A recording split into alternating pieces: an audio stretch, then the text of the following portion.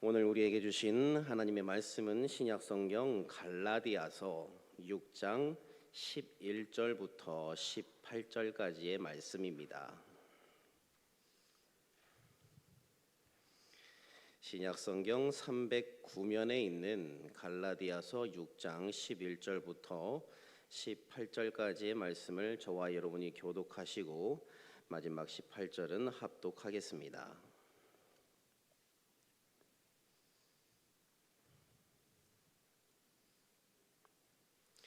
내 손으로 너희에게 이렇게 큰 글자로 쓴 것을 보라.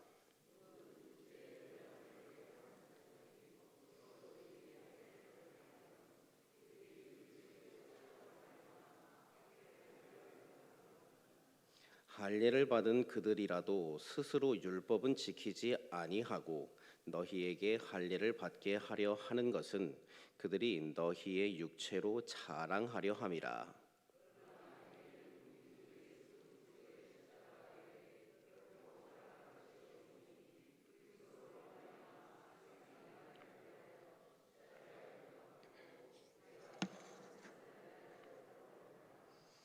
할례나 무할례가 아무것도 아니로되 오직 새로 지으심을 받는 것만이 중요하니라.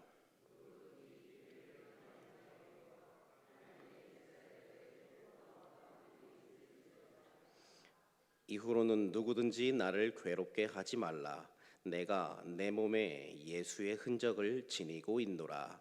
형제들아, 우리 주 예수 그리스도의 은혜가 너희 심령에 있을지어다. 아멘. 할렐루야.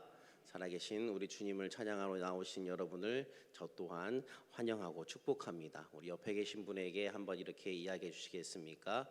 새해에 보니 더 반갑습니다. 새해에 보니 더 반갑습니다. 우리 목사님 인사 나누시려고 하는데 주변에 아무도 안 계시네요. 저랑 눈이 마주치셨습니다. 우리 함께 말씀을 나눌 때에 우리 가운데 하나님을 향한 사랑과 믿음이 새롭게 일어나는 귀한 시간이 되기를 예수님의 이름으로 간절히 축복합니다. 갈라디아서는 사도 바울이 쓴 서신 중에 현대를 살아가는 그 그리스도인이라면 반드시 그 내용을 알고 있어야 한다라고 생각합니다. 왜냐하면 그 내용이 기독교 변증에 관한 내용을 많이 담고 있기 때문입니다. 그 변증 중에서도 구원론에 관해서 이야기하기 때문이에요. 과거로부터도 너무나 많이 그래 왔지만 지금도 사이비 이단들은 우리의 구원론을 가지고 이야기합니다. 당신이 가지고 있는 구원에는 오류가 있다.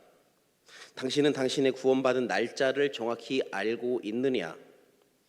온갖 그럴싸한 말로 우리의 영혼을 노략질해요. 그렇게 우리는 이에 대한 방어를 할 줄 알아야 하고 성경에서 말하는 바른 구원관을 가지고 있어야 하고 또한 이를 증거해야 합니다. 갈라디아서는 기원전 56년경 사도 바울이 제3차 전도 여행 중에 마게도냐 지방 빌립보에서 고린도 후서를 먼저 기록한 이후에 기록한 것으로 알려져 있습니다. 이 마그나 카르타라고 하는 기독교 자유의 대헌장이라고 불리는 이 갈라디아서는 16세기 종교개혁 당시 마틴 루터로 하여금 이신칭의 진리의 눈을 뜨게 해준 책이기도 합니다. 왜 이 갈라디아서를 기독교 자유 대헌장이라고 말하냐면 갈라디아서 5장 1절에 이렇게 이야기하기 때문이에요. 그리스도께서 우리를 자유롭게 하려고 자유를 주셨으니 그러므로 굳건하게 서서 다시는 종의 멍에를 매지 말라. 신약 성경을 이야기하면서 사도 바울을 빼놓고 이야기하기가 굉장히 어려운데 갈라디아 교회는 바울이 직접 전도하여 세운 교회였습니다. 그러나 이 바울이 계속된 이 전도 일정 때문에 이 교회에 계속 있을 수 없었기 때문에 떠난 후에 유대주의 교사들이 교회 안에 들어와서 바울의 사도권을 부정하고 구원의 조건으로 할례와 율법을 주장하여 교회를 혼란에 빠뜨렸어요. 그래서 바울은 이신칭의 사상, 믿음으로써 구원을 받는다라고 하는 이 이신칭의 사상을 증거하며 유대주의의 모순에 대한 예수 그리스도의 분명한 입장을 강력하게 전달하였던 것이죠. 자, 위와 같은 내용들이 갈라디아서에 아주 깊숙하게 그리고 아주 핵심적으로 기록이 되어 있습니다. 지금도 천주교는 행위 구원론을 주장하지만 그에 대한 반박을 할 수 있는 근거의 서신이 바로 이 갈라디아서입니다. 갈라디아서에는 두 가지 큰 주제가 있어요. 그것은 오직 예수 그리스도의 은혜로 구원받는다라는 점과 구원받은 사람은 성령님을 따라 바른 삶을 살아간다라는 거예요. 사도 바울이 떠난 자리에 복음을 훼손시키는 거짓 교사들의 침입으로 인해서 이 갈라디아 교회의 복음이 변질될 가능성에 놓여 있음을 안 바울은 갈라디아 교인들에게 구원은 오직 믿음으로만 가능하다라고 말했습니다. 다른 것이 결코 필요 없지요. 하나님의 아들 예수 그리스도를 믿는 그 믿음만으로 우리가 구원을 얻을 수 있는 것임을 여러분 믿으시지요? 네. 자, 그러기 위해서 우리는 갈라디아서를 꼭 잘 알아야 하며 또 읽어야 하며 갈라디아인들을 향한 바울의 가르침을 주님의 나를 향한 가르침으로 받아 살아가야 할 줄 믿습니다.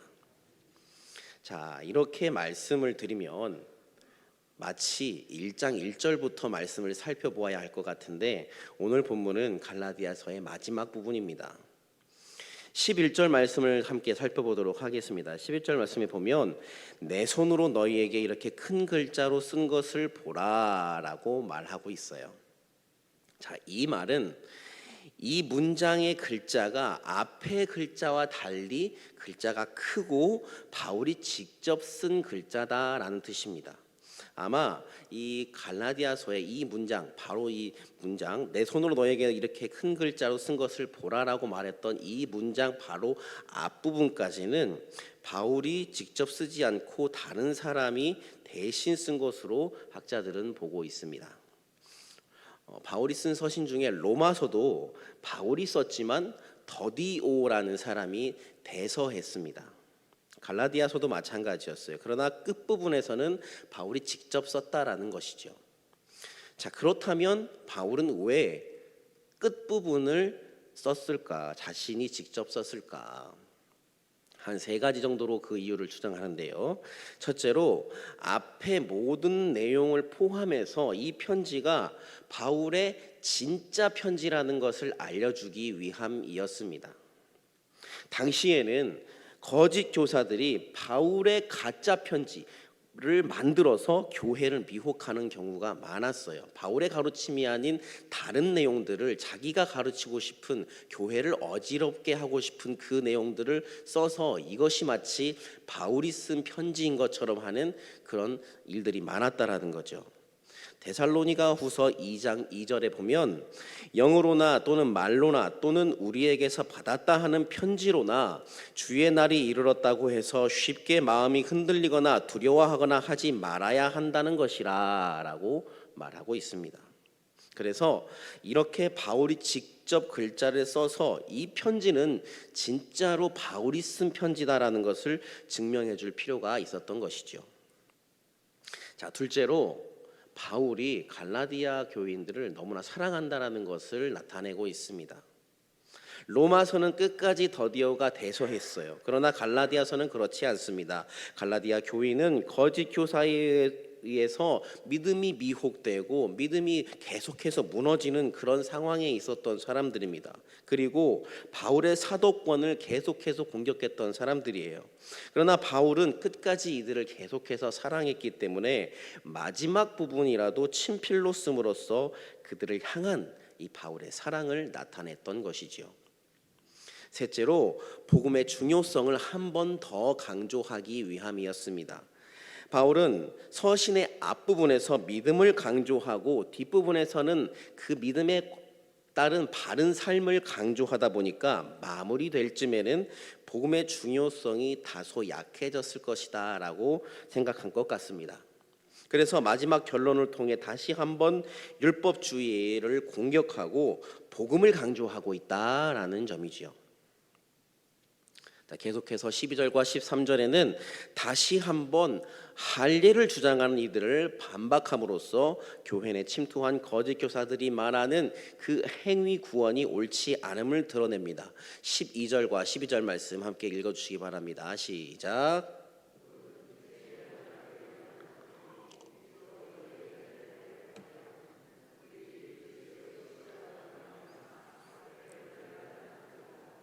할례를 받은 그들이라도 스스로 율법은 지키지 아니하고 너희에게 할례를 받게 하려 하는 것은 그들이 너희의 육체로 자랑하려 함이라. 네. 여러분, 왕이 아무리 남루한 옷을 입었다고 해도 그 신분이 바뀝니까? 왕이 거지의 옷을 입고 있으면 갑자기 그 신분이 거지가 되고 다시 왕의 옷을 입어야만 왕이 됩니까? 결코 그렇지 않지요. 왕은 어떤 옷을 입어도 왕입니다. 마찬가지입니다. 하나님의 자녀는 어떤 환경에 있어도 또한 무엇을 한다고 해도 하나님의 자녀입니다.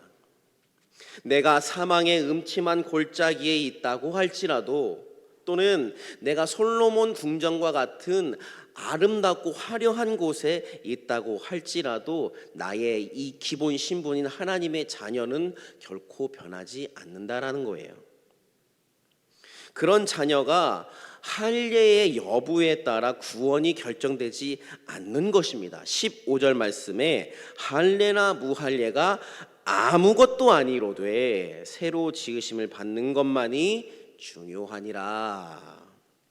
할례는 일종의 의식일 뿐이지 그 자체의 구원의 능력이 있지 않다라고 말하고 있습니다. 그러면 그것이 중요한 것이 아니라 무엇이 중요합니까? 오직 새로 지으심을 받는 것, 즉 예수 그리스도를 믿음으로 말미암아 받게 되는 거듭남이 중요하다라고 말하고 있어요. 그리고 14절에 한번 같이 읽도록 하겠습니다. 14절 말씀이요. 시작. 그러나 내게는 우리 주 예수 그리스도의 십자가 외에 결코 자랑할 것이 없으니 그리스도로 말미암아 세상이 나를 대하여 십자가에 못 박히고 내가 또한 세상을 대하여 그러하니라. 아멘. 여러분, 사람들이 참 자랑하기를 참으로 좋아하죠. 자신의 외모를, 자신의 재력을, 자신의 학식을요. 자, 왜 그럴까요? 우월해 보이고 싶어서 그렇습니다. SNS에 자신이 가진 것을 계속해서 자랑해요. 몸을 열심히 다이어트를 해서 멋진 몸을 만들어서 이 바디 프로필이라고 하거든요.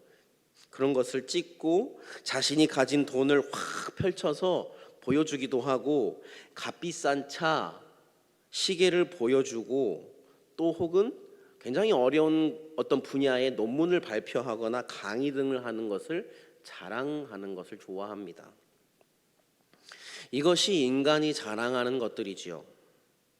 만약에 저라도 아까 보셨던 그 사람처럼 그렇게 몸이 예쁘면 또 돈이 많으면 또 차가 멋지면 시계가 값비싸면 자랑하고 싶을 것 같습니다. 어찌 보면 이것이 인간의 지극한 본성이라고 말씀드릴 수 있지요. 자, 그러나 우리 그리스도인의 자랑은 무엇이 되어야 하는가? 오직 그리스도의 십자가 외에 우리 그리스도인들에게 자랑할 것이 없는 줄 믿습니다. 오직 예수님 외에 자랑할 것이 없어요. 오직 나를 살리신 주님밖에 자랑할 게 없어요. 우리가 이 세상에서 천년 만년 살 것도 아닌데 그럼에도 불구하고 세상의 것을 너무 좋아해요. 그것을 꽉 쥐고 못 놓습니다. 그것을 사랑해요. 그거 조금 가지고 있다고 해서 우쭐대고 조금 없다고 해서 무시하고 이것이 인간이지요. 그러나 우리의 자랑은 오직 예수 그리스도의 십자가뿐인 줄 믿습니다. 잠시 준비된 짧은 영상을 하나 보도록 하겠습니다. 여러분, 예수님 사랑하세요? 십자가 이 사랑이 내 삶의 운명이 되고 나의 결론이 된 사람은요, 뭘 버틸 게 없어요. 저희는 좀 갈등하다가도요, 그냥 마지막 묻는 말이 말이에요. 너 예수님 사랑해? 못 살겠고 속상하고 미치겠고 답답하고. 그런데 그거 사실이라고 해도 그보다 더 큰 사실 있잖아. 지금 주님 사랑해? 그럼 기다릴 것도 없어요. 눈물이 퍽 그래 툭툭 털고 일어나요. 주님 지금도 반역하고 역겨운 죄인의 문 앞에서 두드리시면서 지금이라도 문 열어주면 과거를 기억도 하지 않으시는, 어제까지 우리가 어떻게 살았든 상관없이 과거를 생각도 못 하시는 분처럼 저와 여러분의 마음 문을 두드리면서 가장 사랑하는 자에게, 가장 둘도 없는 자에게 고백하는 사랑의 고백을 하세요. 너 마음의 문을 열면 내가 너에게로 들어가. 너는 나로 더불어 먹고 나는 너로 더불어 먹으리라. 내가 그리스도인이라면 십자가의 사랑이 내 삶의 운명이 되고 내 삶의 결론이 된 그리스도인이라면 주님만 자랑하기를 원합니다. 내가 주님을 자랑하지 않으면 누가 자랑하겠습니까? 주님을 자랑하지 않는다라는 것은 주님보다 더 좋은 게 있다라는 뜻이잖아요. 주님보다 더 사랑하는 게 있다라는 뜻이잖아요. 내가 그렇게 주님을 생각하고 여기고 있다면 주님은 나를 어떻게 여기시겠냐고요. 주님은 나를 이 세상 최고로 여기셔서 그 아들을 죽이면서까지 나를 구원하셨는데, 그렇게 오늘도 예수 피값으로 사는 나는 주님 아닌 다른 것을 더 먼저 생각하고 있다면 결코 죄 없다 할 수 없습니다. 사랑하는 여러분, 우리가 주님을 최고로 여겨야 하는 그 이유가 또 있습니다. 그 이유는 저를 한번 따라해 주시기 바랍니다. 예수의 흔적이 있기 때문입니다. 예수의 흔적이 있기 때문입니다. 17절 말씀 계속해서 읽어주세요. 시작.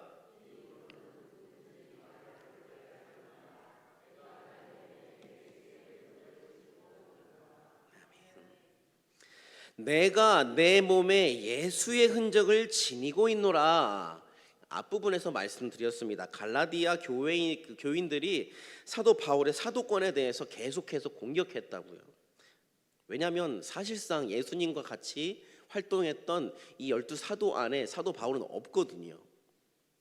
내 몸에 예수의 흔적을 지니고 있다. 그러니 더 이상 내가 진짜 사도냐 그렇지 않느냐 이런 걸로 나를 괴롭게 하지 말아라. 나는 예수의 흔적을 지니고 있는 예수 그리스도의 사도다 이야기하고 있습니다. 여러분, 우리가 어렸을 때 보면 아기들의 그 엉덩이 부분을 보면 몽고반점이 있지 않습니까? 동양인이나 흑인, 아메리칸 인디안 민족에서 나타나는 어떤 현상이라고 하는데요. 저게 또 성장하면 또 자연스럽게 언제 있었냐는 듯이 또 이렇게 없어지기도 하지 않습니까? 저 몽고 반점처럼 우리 몸에 새겨진 흔적이 있다라는 거예요. 그 흔적이 바로 예수의 흔적입니다. 그리스도인은 예수의 흔적이 있는 자들이에요. 지금은 거의 찾아보기가 어려운데 과거에 자동차 뒷유리에 저거 모양, 저 익투스 모양 다들 붙이고 다니셨었죠? 네, 기억나실 겁니다. 저 익투스 모양의 물고기 스티커를 붙이고 다니는 분들이 굉장히 많았습니다. 사실 저거를 붙이고 다닌다라는 것은 현 시대에 좀 약간 용기가 필요합니다. 왜냐하면 불이익을 감당해야 되기 때문이에요. 많은 손해를 또 감수해야 되거든요. 화가 나도 화난 걸 표현하지 못하고 아무리 급해도 교통신호는 철저하게 잘 지켜야 되고, 그런데도 나는 예수를 믿는 사람입니다 라고 드러내는 저 스티커를 붙이는 것이 과거엔 너무나 자연스럽게 많이 일어났었다는 것이죠. 예수님을 믿고 섬기는 것을 감추고 부끄러워하는 사람도 많이 있습니다. 그런데 그것을 하나님이 섭섭하게 생각하셔요. 누가복음 9장 26절을 보면 누구든지 나와 내 말을 부끄러워하면 인자도 자기와 아버지와 거룩한 천사들의 영광을 올 때에 그 사람을 부끄러워하리라 라고 말씀합니다. 이게 얼마나 무서운 말씀이에요. 내가 예수 믿는 것을 감춰두고 사는 것은 하나님이 기뻐하시지 않는다라는 거예요. 여러분, 성경에 오늘 말씀에 써 있는 이 흔적이라는 단어를 헬라어로 스티그마라고 합니다. 이 영락교회 대학부에 스티그마라고 하는 동아리가 있었습니다. 그 동아리 핵심 멤버 중에 한 명이 그 청년 바보 의사라는 책의 주인공 안수현 의사입니다. 이들을 지도했던 이 김동호 목사님 말씀에 따르면 이 안수현 선생이 바로 예수 그리스도의 흔적 스티그마가 있었던 사람이라고 해요. 환자 한 사람을 아주 정성스럽게 돌봐주고 그 사람을 위해서 진실되게 기도해주고 환자들뿐만 아니라 거기 있는 간호사들이나 직원들이나 또 병원 앞에서 구두 닦는 그런 분들까지 아주 친절하게 대했던 사람입니다. 안타깝게도 그가 33세의 젊은 나이에 유행성 출혈열로 이 세상을 떠나게 되었을 때 그를 추모하기 위해서 그의 장례식에 약 4천여 명이 왔다고 하지요. 그래서 그 장례식과 기념식에 참석했던 김동호 목사님이 이런 생각을 했다고 합니다. 전에는 내가 너의 스승이었지만 지금은 내가 나의 스승이다 라는 생각을 했다고 합니다. 사랑하는 여러분, 우리가 신앙생활 열심히 하는 거 너무나 중요합니다. 하지만 그 생활이 여러분의 삶의 스티그마로 남아야 합니다. 흔적으로 남아야 해요. 그것이 바로 우리의 삶을 예수 그리스도의 십자가에 못 박는 일입니다.